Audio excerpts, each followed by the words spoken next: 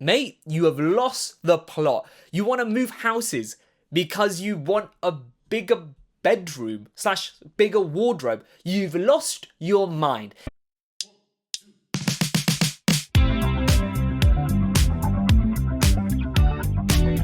Hello and welcome back to another episode of A Fantastic Time with me, Taher Houssain. I hope you have been having a lovely time since the last episode. I hope you've, gone and enjoyed the sun. The sun in the UK has gone away. It's coming back here and there, but we have had the typical British weather. We've had a lot of rain coming here, there, everywhere. But I'm not gonna lie, I'm not hating it. I feel like it got a bit too hot. It was about 34 degrees and it was just not nice. Particularly, yeah, it wasn't very nice. Also, a bit update, you might have heard, Arsenal unfortunately lost the Champions League. It's alright, you lost to PSG, which I believe is PSG's second Champions League title. Correct me if I am wrong, I probably am wrong, but I think it's their second title, whatever of the sorts. However, the next day, on that Sunday, Arsenal still had their parade. It was 1.5 million people, something insane like that, all up in North London, Finsbury Park, maybe even I think it was in Islington, Camden, all over the place.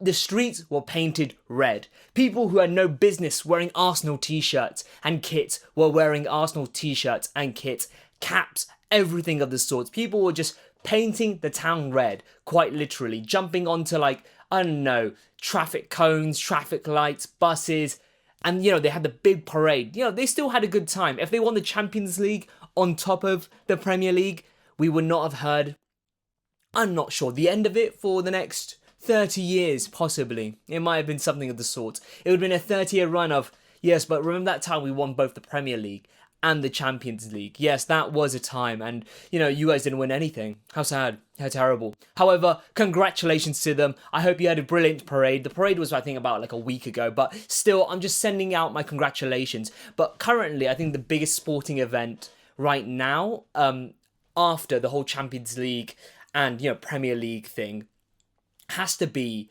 the stuff going on with the NBA. The NBA finals with the Spurs and the Knicks. I'm going to admit it right now, I'm not too read up on, the NBA, basketball, this, that, and the other, and how it works. I know in the finals, I think they play up to 7 games, and that determines who the winner is. Whoever wins, I think, the most amount of games. If it's 3-3, they go into that game 7, where they, fight for the title, and they become champions of the USA. Or in their case, it's champions of the world, which I'm like, fair enough, you call yourself whatever you like to call yourself. But the reason it's so big is because I think the Spurs, I think it's the San Antonio Spurs, they're really good, really great. I think they've got this French player called Wemby. He's amazing. He's bringing his A game to the NBA. Apparently, he did really well in the All-Star game. However, the New York Knicks is where the conversation is being had. It's because they haven't won or been in an NBA final in the last, I think, 50 years plus. I could be wrong. I probably am wrong. Just because I'm not too up to date with the NBA. I've only, I think, recently sort of watched it more and more. I really like the commentary surrounding it. So I was just like, yeah, why not? It's really interesting. I think it's becoming more of a global sport. I know it's really popular in Europe, places like Greece, Scandinavia, maybe even Eastern Europe, those kind of regions. But I feel like in the West, in the West or in the Western Europe at least, it's not that popular. People don't really talk about the NBA. But I think it's quite cool. I think it's really interesting. But I know the Knicks haven't been in the finals for about 50 years. And right now, as I'm recording this, they've won 2 out of the 7 games. They've lost the third one, I believe, to the Spurs. So it's a bit of a whole thing. So I do believe that the Knicks have to win the next 2 games or win at least 2 more games to basically round it out, because it would be 4-3 essentially, even if the Spurs did win. I think I'm doing the maths correctly, but it's something of the sorts. But it's really intense. It's their version of Arsenal potentially winning the Champions League, because of course, they haven't been there in 50 years. I think for Arsenal, they haven't won a Champions League title in about 20, and it's not as long as the Knicks, but it's been a very long time, to the point where people don't even remember winning their last trophy. I think their last trophy was the Invincible season. It was the Invincibles, if you do not know, was the Arsenal squad, I think, of 2006 to 7 or 7 to 8, where they went the entire league or the entire season without losing a game.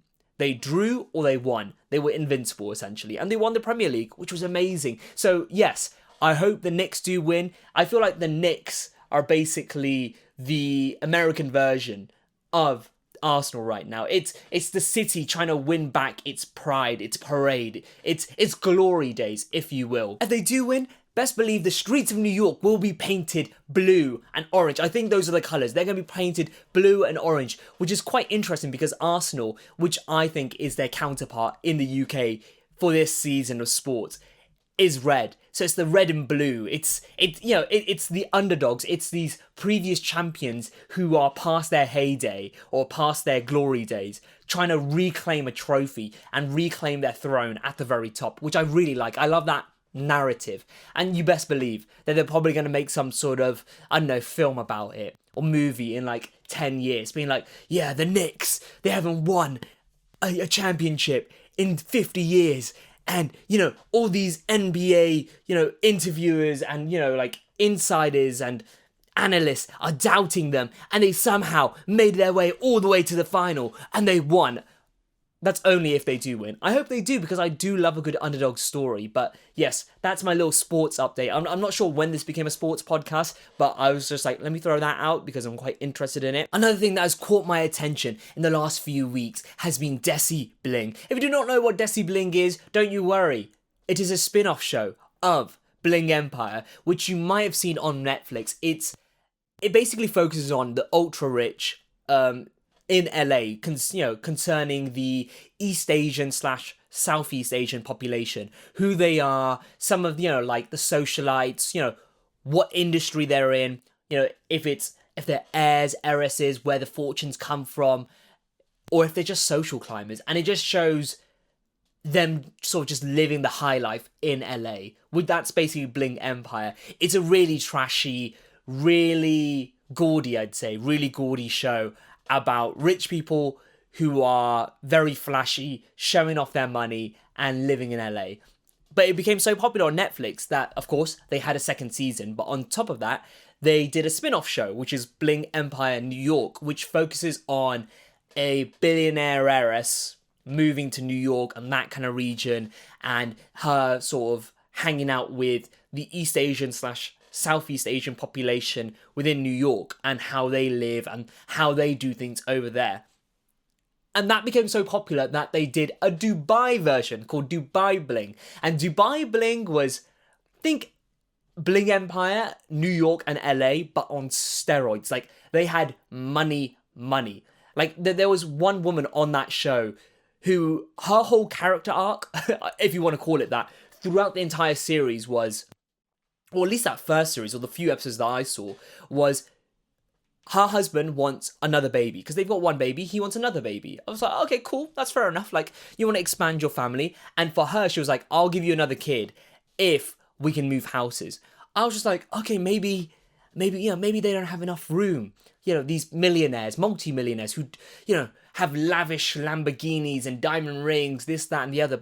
And this 8-bedroom house, but maybe the rooms aren't big enough. Maybe the house isn't big enough for a second child. Maybe she doesn't want to see that second child for at least 30 minutes of the day. And the only way to do that is to put him, I don't know, on the far side of the house and make him crawl all the way to her. Maybe maybe she wanted that. No. She wanted another house because she wanted a bigger walk-in wardrobe. Let that settle in. Her wardrobe was already massive. It was a very big room, but it wasn't big enough for her. So she was like, the only option, instead of building an extension, maybe changing one of the other 7 rooms into another walk-in wardrobe, it's simple. Let's just go and buy another property. Let's just go out and move our entire family to a different location.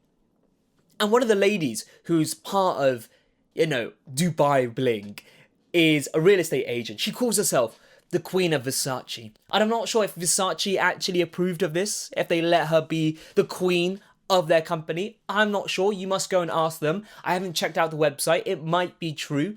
But she's a real estate agent. And even she was just like, Mate, you have lost the plot. You want to move houses because you want a bigger bedroom / bigger wardrobe. You've lost your mind. And if the Queen of Versace is claiming that you've lost your mind, you've lost your mind. Clearly. But this show, Desi Bling, as you can tell from all the spin-off shows, is a spin-off show, but concerning the Indian population in Dubai. So it's not the Indians who are living, in India, how they're living, showing the lavish side of India, which I don't think you get to see much. I think you got to see a bit of it on the news and stuff with that Ambani guy. I think he's like the third son of like the richest guy in India. His wedding, how lavish, how grand it was. I think you got to see it there, but I thought this show would sort of be focusing on the ultra wealthy, ultra rich, some celebrities in India. No. It's about the Indian population who have moved to Dubai and made a life for themselves there, which, fair enough. But if that's the show, that's the show. Like, I'm not going to hate on it. I'm like, okay, I'm going to hate on it for being trashy, but I'm not going to hate on it. So we basically follow I think it was 2 reality star TV show, like actors / hosts who I'm not too sure who they are because I'm not too like versed in the whole, I know, Hindi / Indian like TV setting in like the Bollywood kind of area. Like the films, sure, I'm a little bit more caught up on, but like TV personalities, like those soaps I used to watch as a kid because my mum used to watch them, and good lord, were they irritating. There was an advert, or they cut to commercial every 5 minutes. The show in itself was only, I think, 15, maybe even like 17 minutes. The rest of it was just ads. And I'm just sort of sat there being like, Mum, we have just watched the same roti ad like 3 times over because they've had 3 commercial breaks. I don't know how this woman managed to actually power through the shows. I think, and these shows sometimes would span like years, and sometimes the actor's contract ran out, or they would want more money, and the studio and the production company was like, no, so they'd fire them and replace them with another actor. And these people, including my mum, would still be invested. I was like, fair enough. If you can get away with it, you can get away with it. And you can make money. And make even more money at that. And you think there'd be a bit more loyalty? No, people are loyal to the show. Not to the actors, not to what's actually happening. They're loyal to the drama. The context. Not the individuals, but the context. But I was just like, okay, fair enough. It follows these 2. I'd say they're like a pivot point or an anchor point. It follows them moving to Dubai, and they're like, we're going to start a new chapter in our life, this, that, and the other. And I'm just like, okay, cool. It's not, you're making it sound like you're never going back to India, or you're never going to move back there, or you don't have a second property there. You do. Your primary residence is just going to be in Dubai now. Like for those, for that tax evasion. That's what you want it for. But some of these characters on this show, when I tell you they are outlandish, there is one Indian guy who lives in like the Burj Khalifa. I was just like, fair enough, he's ultra rich. He's Indian, his wife's Indian. His wife is like, hey, we are so cultured, so Indian, so in touch with our religion, which I think is amazing, by the way, that he believes that a wife must, wait hand and foot on her husband. And in, at least I think it's Hindu culture, there's the wife, you touch your like the feet of like elders, your husband, to show respect. And she was like, every morning I massage his feet, and I was just like, that's actually really nice. You get what I mean? Because don't get me wrong, I get foot pain sometime, and having a foot massage is really nice. However, it's her husband who's the questionable character, just because I think in one scene they were asked like, in what order do you love things? And he was like, money, my daughter, and then everybody else. So the wife the wife's not even number 3. She's not even number 2. And the daughter is not even number 1. I was just like, that is crazy. But at least he's honest. I love his honesty. Another thing is, there's a scene where all the wives or the women are you're just chatting, just random rubbish over brunch. Looks like a real nice brunch. And the wife, I forget her name, but she's like, oh yeah, my husband goes partying with girls all the time. And all the other women are like, pardon? What do you mean? She's like, yeah, no, like, I think it's perfectly fine, because I think they're talking about cheating and scandals in high society. And she's like, yeah, no, I think it's perfectly fine. However, if it's the same girl over and over again on his stories or that he's hanging out with, I think that's where the issue is. If it's a different girl every single time, it's perfectly fine. And everybody else in the group and the audience, including myself, was like, damn, lady, that is some copium. You are coping so hard. My heart goes out to you because no money in the world could give you the amount of cope or could allow you to handle what is actually going on. And you might think that this guy is cheating with other women, and you're like, God damn it, what scum, what terrible human being. However, you come to find out that he's got like, I think the wallpaper on his phone is of this like really buff like actor, I think Tiger Shroff from Bollywood. And his reasoning, they do a reasoning. She's like, oh yeah, like he only has Tiger Shroff shirtless on his wallpaper on his phone because he wants to imitate Tiger and be like him and stuff like that. And I'm just like, lady, I'm not gonna lie to you, your husband is kind of camp, and this is sort of giving off that he might be a closeted homosexual, which is perfectly fine if he is, perfectly fine. However, I do understand living in Dubai, living in India, like those kind of areas, it might not be the best idea to come out. So I love the cover up. I love the cover up story. There's another couple on this show, on Desi Bling, where they're getting a divorce mid-show, and the divorcee husband who's trying to divorce his wife is giving advice to the Indian actor star guy who's come over and like telling him to marry his girl. And I was like, mate, you're the last person to give marriage advice. You're getting a divorce. What are you saying? You're actually getting, you're actually separating from your partner. And it's not really nice. And they have like a whole really intense, awkward scene where she's basically saying like, you're never here, you never take care of the kids, you're always working, but you're out here partying with all the boys, and you're just out here and you just don't give a shit. And I'm just like, this is really uncomfortable. I know half these scenes are set up, and it's the producers being like, okay, we need you to restage this fight. How are you feeling? Actually go and talk to him like it's a Love Island situation.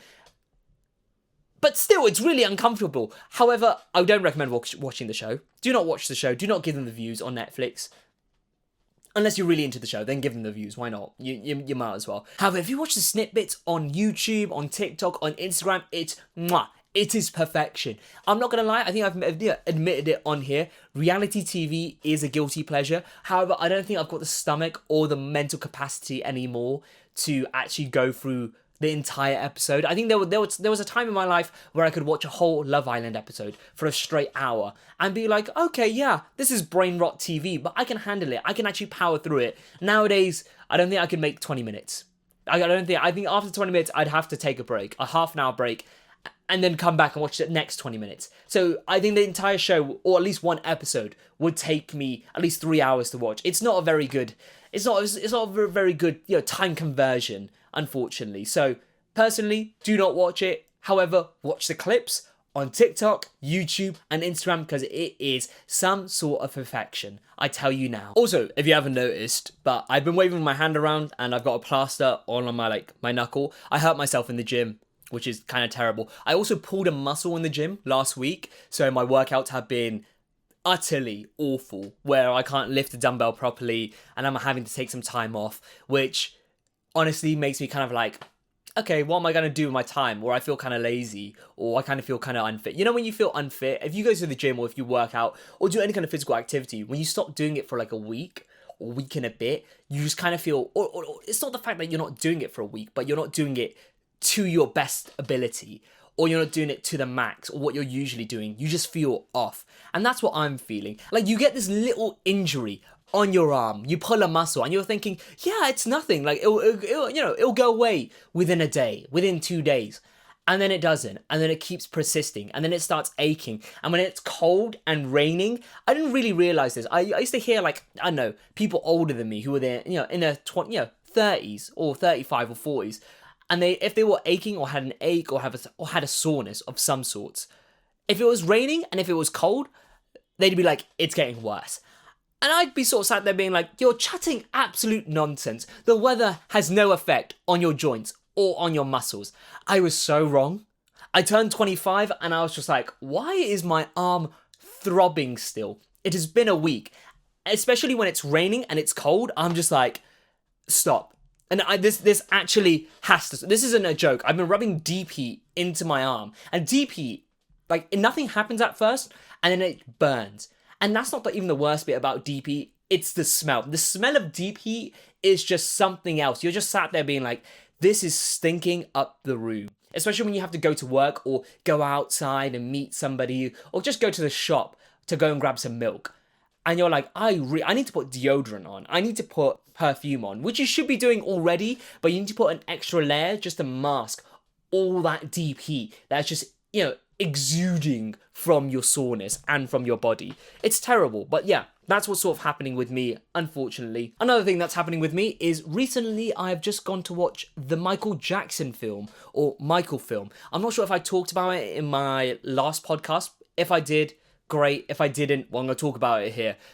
The Michael film, it's a good watch. Don't believe all the reviews on Rotten Tomatoes or what the critics are saying. Again, you probably realise this by now. It's been out for a few weeks, but it is a film.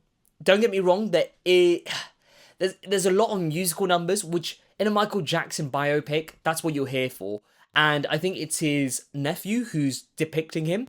Amazing job. It's a bit uncanny valley because he looks like Michael, but at the same time doesn't look like Michael, and he sounds like Michael, but however, that's going to be a given. You're not going to get the look completely down. It's very rare that you actually do.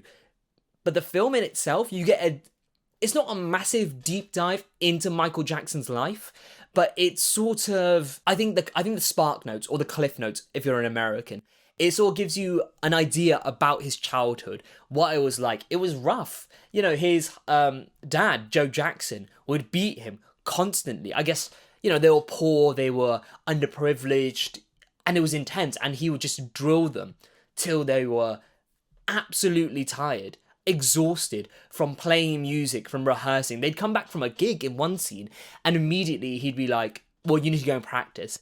And of course, Michael spoke up, and he got the daylights, sort of beaten out of him. He got absolutely beaten. But he still went out, he still performed with his brothers, he still did what his dad wanted to do, and you can see the control his dad had over his life. I would have liked to seen, them sort of delving more into that and taking maybe some of the musical numbers out, because some of the musical numbers, don't get me wrong, amazing, I love them. They just lasted a bit too long, sometimes up to, I think, 3 to 4 minutes, maybe even 5, and I think that's amazing, but I wanted to see how Michael navigated the record labels, how he navigated his relationship with his dad, because it was a weird relationship where he still cared about his family, his brothers, his dad, but at the same time, there was that disconnect because he knows his dad's using him for money, he's exploiting him, he's using him for his musical talent. And Michael at that time, I think after he had released his singles album, of course Michael in the Jackson 5 was the lead singer, he was the voice, but when he released his first single, I think he got a taste of what he could be, what more he could become without his family. Not holding him back, in a sense they were holding him back, but his family not being there and the light and, the stardom and the power being all on him. And how his dad sort of tried to capitalize on his star power, on his single that's released.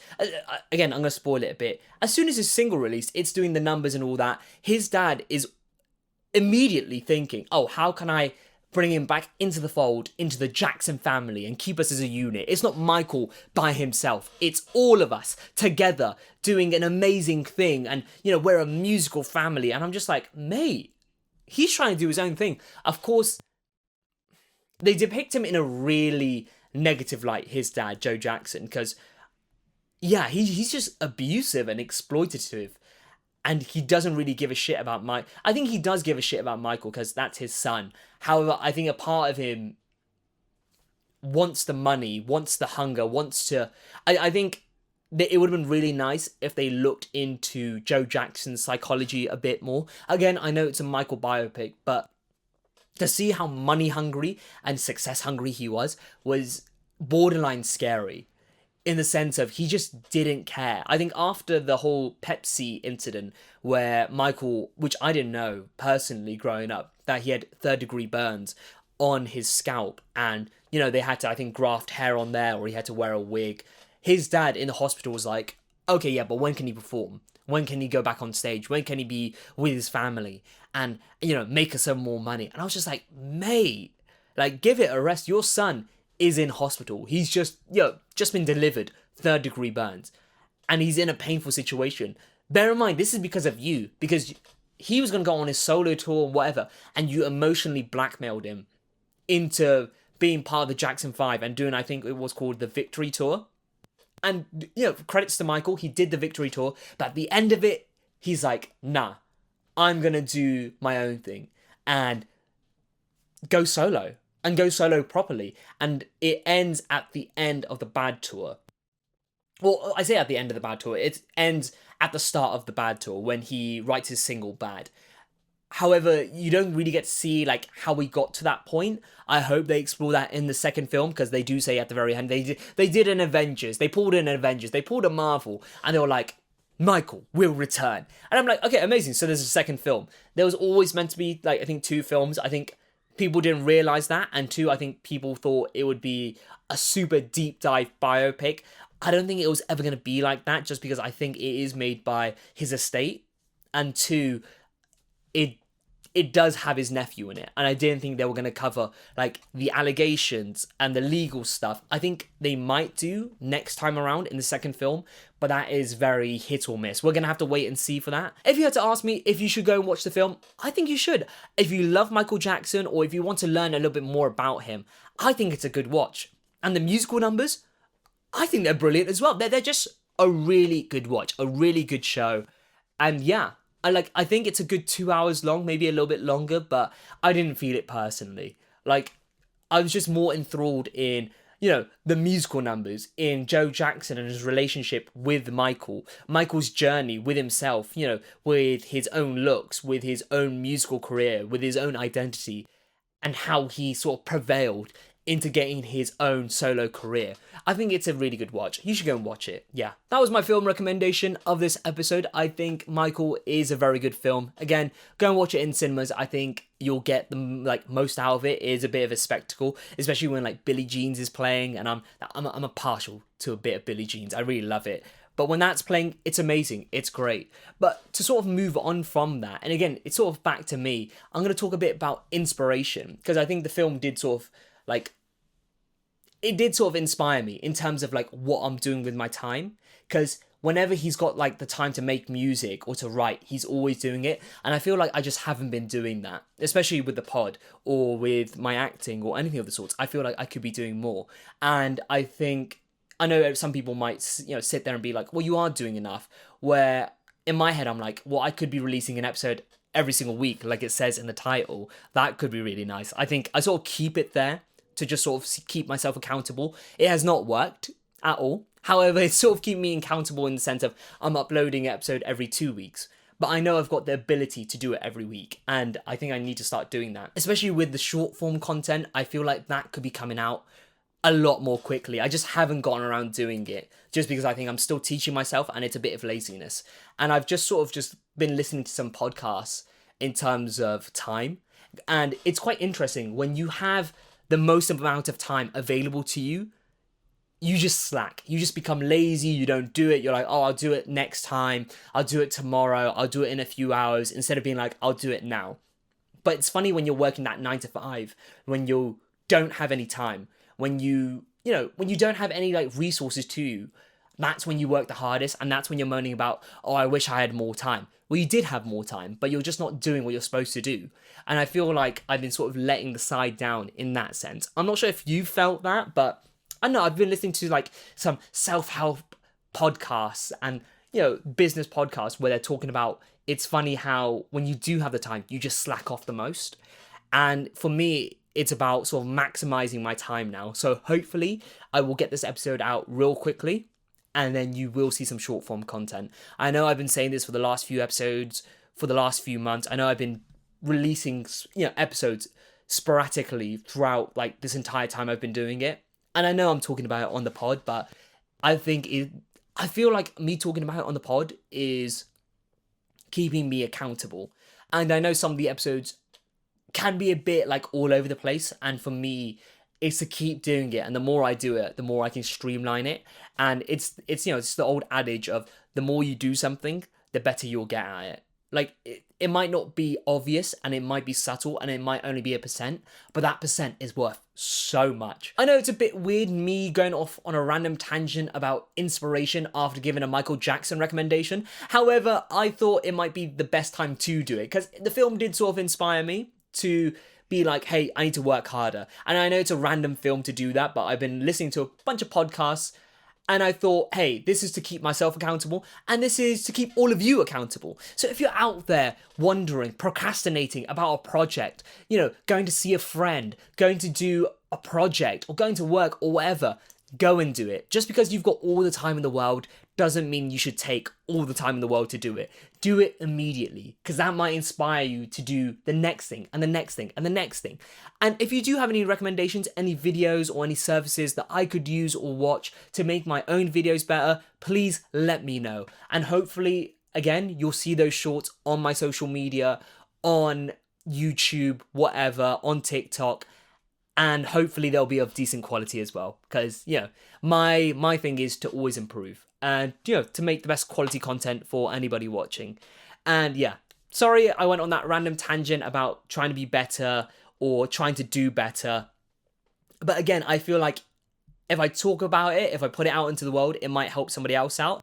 And hopefully it might help me out to be more consistent with my content, with my shorts, and actually get to it and actually push things to the limit. Because I think I recently watched a podcast where they had other podcasters on there and they were talking about the business aspect, the financial aspect, and you can talk about it all seriously, but until you act about it in a serious manner, it's never going to happen or you're never going to do it. So if you're going to talk the talk, you need to walk the walk kind of situation. So this is me doing that.